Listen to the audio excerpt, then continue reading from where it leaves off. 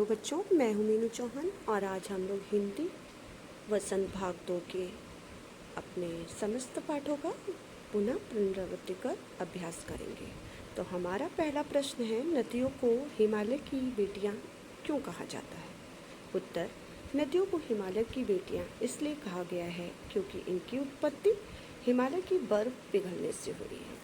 कहने का अभिप्राय ये है कि नदियों की उत्पत्ति, नदियों का उद्गम हिमालय से होता है और हिमालय की जब बर्फ पिघलती है तो नदियाँ वहाँ से निकलती हैं, इसलिए हिमालय को नदियों का उद्गम कहा गया है और हिमालय को उनकी बेटियाँ बताया गया है।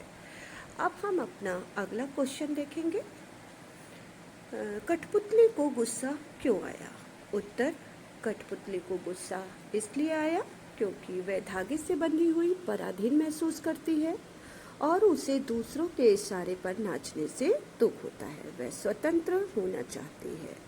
कहने का अभिप्राय ये है, कठपुतली को गुस्सा इसलिए आता है क्योंकि वह धागे में बंधी हुई दूसरों के इशारों पर नाचती है और उसे दुख होता है कि वह स्वतंत्र नहीं है, क्योंकि वह स्वतंत्र होना चाहती है। कहने का अभिप्राय ये है कि इस समाज में, इस दुनिया में हर कोई स्वतंत्र रहना चाहता है और ये हम कठपुतली के द्वारा भी समझ सकते हैं कि कठपुतली भी स्वतंत्र होना चाहती है।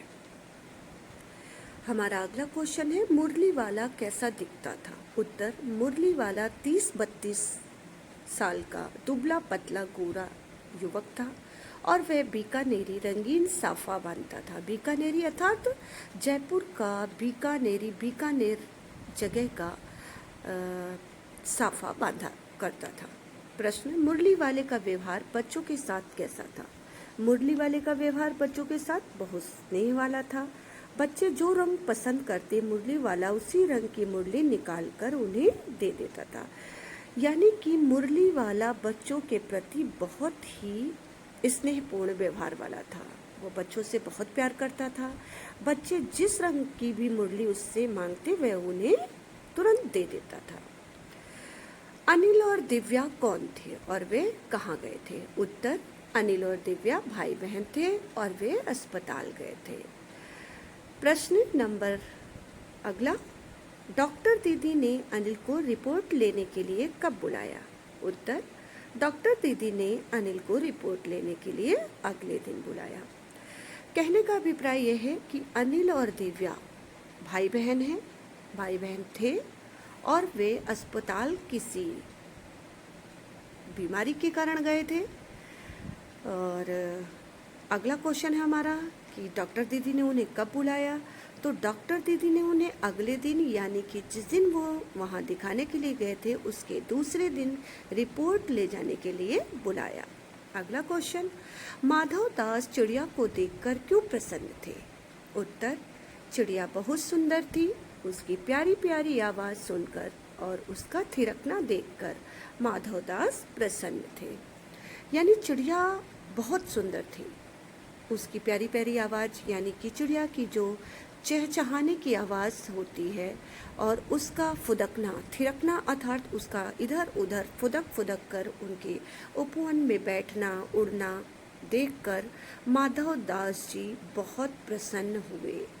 ये क्योंकि माधव दास जी अकेले अपने बड़ी सी कोठी में रहते थे और वे शाम के टाइम उपवन को बाहर, अपने कोठी के बाहर बैठकर उपवन का नज़ारा लेते थे। अगला क्वेश्चन है, चिड़िया की बच्ची के पाठ के लेखक का नाम क्या है? तो हमारा उत्तर है, चिड़िया की बच्ची के पाठ के लेखक का नाम जैनेन्द्र कुमार है। अगला क्वेश्चन, माधव दास कब प्रकृति की छटा निहारने के लिए बैठते थे? उत्तर, माधव दास शाम को प्रकृति की छटा निहारने के लिए बैठते थे। यानी कि हमारे इस पाठ के लेखक हैं जैनेन्द्र कुमार जी और माधव दास जी प्रकृति की, यानी प्राकृतिक दृश्य देखने के लिए कब बाहर बैठते थे? तो हमारे प्रश्न का उत्तर है, माधव दास जी शाम को प्रकृति की छटा निहारने के लिए बाहर बैठते थे। धन्यवाद। आप सभी को ये सब समझ में आ गए होंगे।